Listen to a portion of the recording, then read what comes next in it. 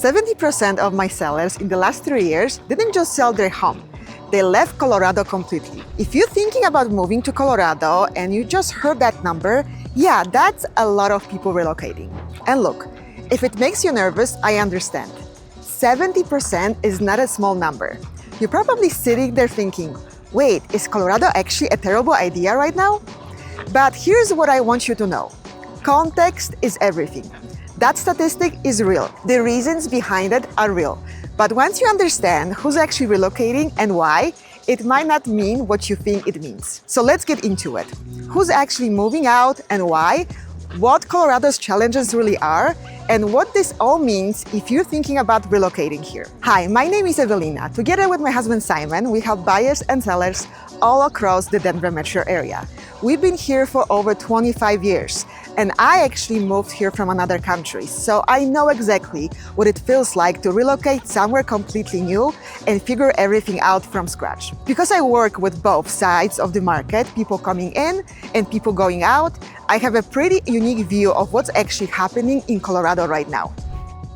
Who's actually moving out of Colorado? First, let's put the 70% in context, because when I say that number out loud, people imagine Colorado in some kind of a sinking ship. It's not. The people moving out are not just random Colorado residents. The biggest group is empty nesters, people whose kids are grown and living in other states. The reason they stayed in Colorado for 20 years was the school district, the community, the life they built around raising a family. Once that chapter closes, everything changes. The grandkids are in Florida or Texas. The house is too big. And staying in expensive Colorado, far from the people they actually want to see every day, stops making sense. Right behind them are people close to retirement. They looked at their home value, looked at savings, and did the math. Colorado home values exploded over the last decade, and people who bought 10 or 15 years ago are sitting on massive equity, hundreds of thousands of dollars in profit. And when you can take that money and buy a home somewhere else, no mortgage, zero monthly payment, that's not just move, that's a completely different life. Then there's the COVID group. These are people who moved to Colorado because suddenly they could work from anywhere. And why not Colorado, right? The mountains, the lifestyle, the freedom, a lot of them ended up in the foothills and mountain towns. It was great, until it wasn't. Companies started calling people back to the office, or they looked at the rent, the cost of living, the distance from family, and it just stopped making sense. So now they're moving away. And then there's one more reason people don't talk about enough: elevation. For example, Denver sits at 5,280 feet. And some people never fully adjust, headaches or trouble sleeping. For some people, it gets better. For others, it never really does. And after a few years of that, they're done. So that's who's leaving. Mostly older, mostly cashing out on equity, mostly at the life stage where Colorado no longer fits. That is a very different person than someone moving here to build a career, raise a family, or chase an outdoor lifestyle they can't find anywhere else. Where they're going and why. Florida is the biggest destination, especially for retirees. No state income tax, warm weather year-round. And look, Florida is not cheap anymore, let's be honest. But here's the thing. When you're coming from Colorado with a big pile of equity, you're in a completely different position than a first-time buyer there. You're not stretching to afford Florida. You're buying with cash or putting down so much that your monthly payment is almost nothing. And honestly, I can't tell you how many of my sellers say the exact same thing. Please get me out before the first snow. They're done with Colorado winters, done with scraping ice off the car at 65 years old when all they want is to sit by a pool. Arizona is pulling a lot of people who want warmth without the humidity. Phoenix and Tucson feel familiar, still the West, still dry, but the winters, completely different league. And while Phoenix prices have gone up, they still tend to be more manageable than Denver, especially if you're heading to Tucson or the smaller towns. Wyoming is another one that might surprise you, but it makes a lot of sense when you think about it. It's right next door, no state income tax, housing is significantly cheaper, and honestly, for some people, Colorado has just gotten too blue politically. Wyoming feels like the Colorado that Colorado used to be. And for a certain type of person, that matters a lot. Texas, no state income tax, booming job market, lower cost of living overall. It's been pulling people from all over the country, and Colorado is no exception. Nebraska and Kansas might surprise you, but a lot of Colorado residents have Midwest roots. Families there, and where you're retiring, being close to the grandkids starts to matter a whole lot more than being close to a ski resort. You can buy a beautiful home in Omaha for $300,000. Yes, 300. And if you're coming from Colorado with solid equity, you could pay cash for that home and never have a mortgage payment again. These are not people running away from a bad state.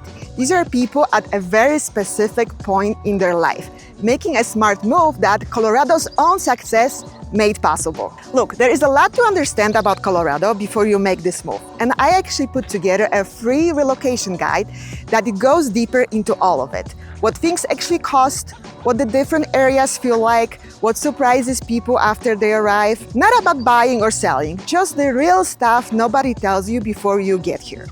I will link it below. And if you want more honest breakdowns like this one, hit subscribe.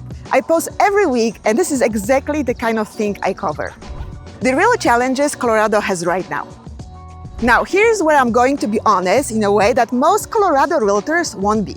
Because if you're relocating here, you deserve the full picture, not just the highlight reel. Colorado has real challenges right now. The median home price in Denver is around $600,000. Homeowners insurance has gone up over 130% in the last decade. Hail, wildfire risk, and high construction costs have driven the average Colorado homeowner to over $4,000 a year just for insurance.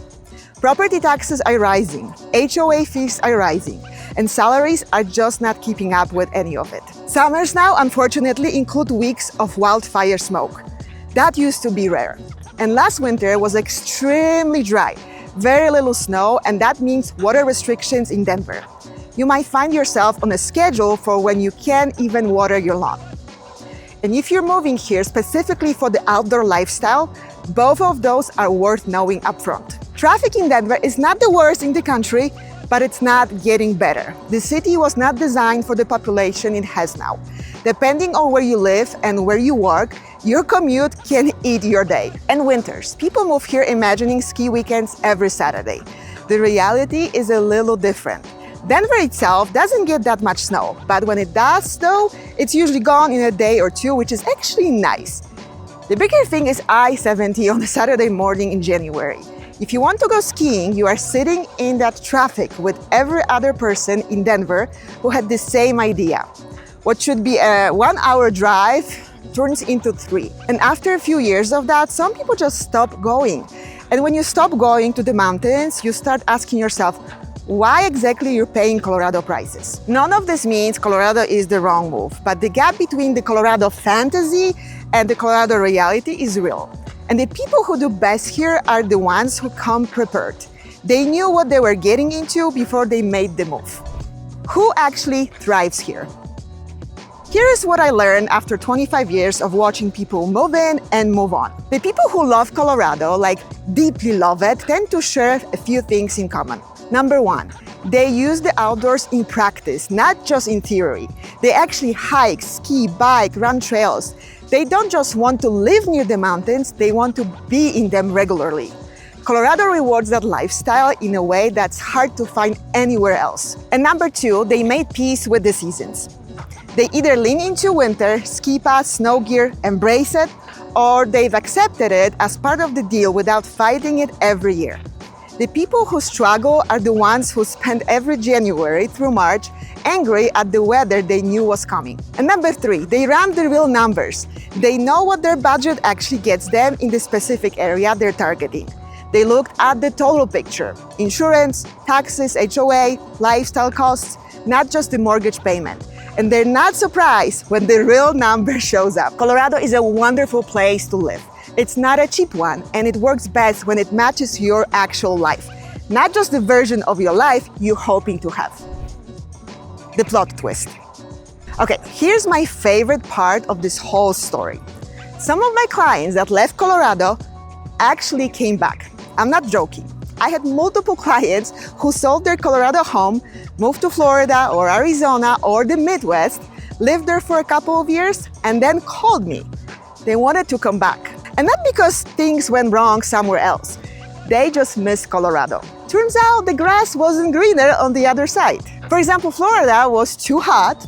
Arizona was beautiful, but those summers, we're talking about 110 degrees. And the Midwest?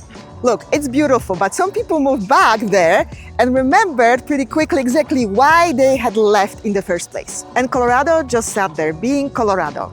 The mountains still visible from a random grocery store parking lot. That first crisp day in late September or October, when the air just shifts, everything feels fresh and clean, and you remember exactly why you moved here. And the people, active, outdoorsy, always outside doing something. There's just specific energy here that's hard to find anywhere else. So is Colorado perfect? No. Is it cheap? Absolutely not. But it has something real. And if you're thinking about moving here, that something might be exactly what you're looking for. If you're thinking about making a move to Colorado and you want to talk through your specific situation, what areas make sense for your budget, what to expect, whether this whole thing actually makes sense for your life, I'd love to chat. Seriously, no pressure, just a real conversation. Book a free call with me and link is in the description. If this was helpful, click like. It helps more people find this video before they make a big decision without the full picture. And if you haven't subscribed yet, what are you waiting for? I'm here every single week with the real, unfiltered version of what Colorado living actually looks like. Neighborhoods, costs, what surprises people, what nobody else is saying. Hit subscribe and I will see you next week.